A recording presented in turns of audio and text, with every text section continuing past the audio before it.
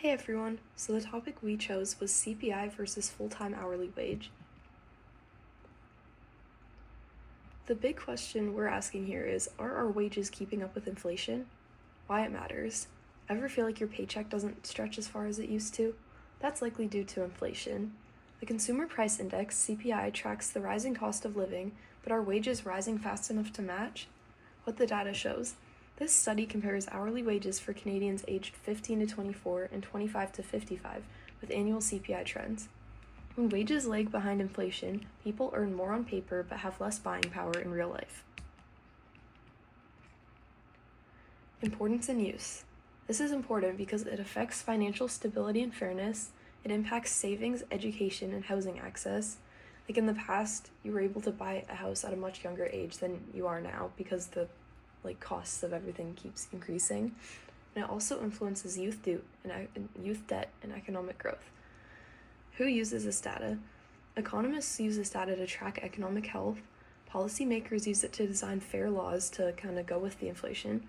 HR and advisors use this to guide salaries and pensions. And students and journalists use it to explore social impacts. The first variable we have here is CPI per year.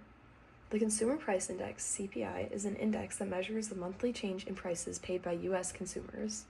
It's used to track inflation, the increase or decrease of cost of living each year, as we said before. And we are comparing CPI to wages to let us see the increase or decrease of people's purchasing power. As you can see in this graph, on the left, we're looking kind of around 2000 to 2020. As you can see, the inflation is kind of steadily increasing each year. And then at 2020, it kind of stops for a second and then increases a lot, most likely due to COVID. Our second variable is full-time hourly wages annually. As you can see in these graphs, we have a right-skewed distribution, which means that most of the values are over on the left in terms of frequency, but there are a few on the right that are skewing the data, the mean, kind of more towards the middle, even though most of the data is on the left side. This proves that while wages are increasing, so is the rate of change. This results in the wage increases themselves increasing, on top of the regular wage increases. Also, as you can see, the full-time hourly wages for ages 15 to 24 is a lot lower than the full-time hourly wages for ages 24 to 55, which is kind of expected. Here we have a box and whisker plot to compare the two ages again. Are there any outliers in the data?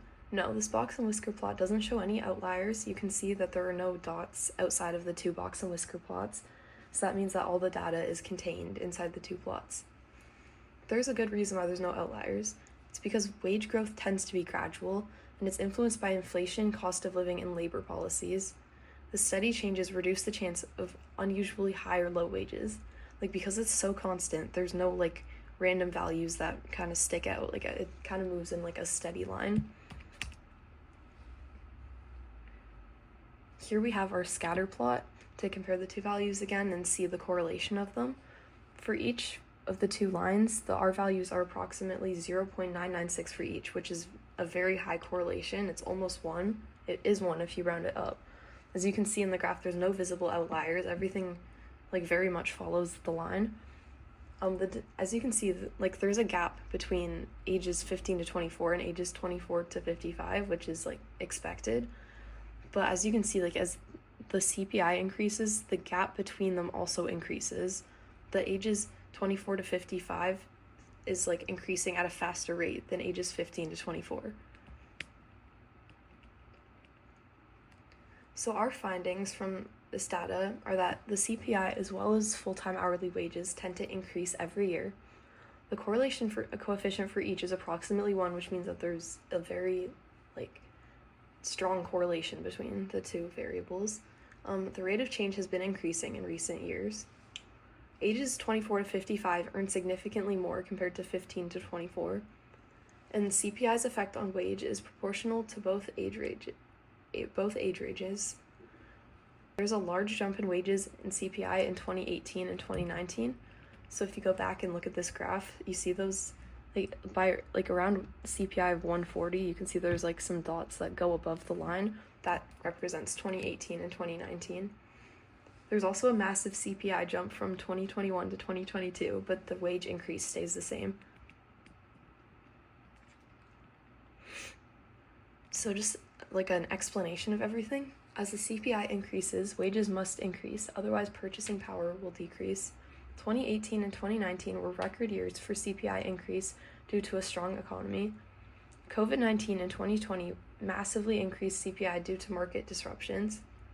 Older individuals earn more than younger individuals due to experience and education and everything. CPI and wages increasing massively in recent years due to inflation caused by the COVID-19 pandemic. For inflation, when the CPI increases, just like another explanation, when the CPI increases but wages don't increase proportionately, people's purchasing power decreases. This is inflation. Like, for example, in 2021 to 2022, they saw a 7% CPI increase while wages increased by 5%, and this roughly means purchasing power decreased by 2%.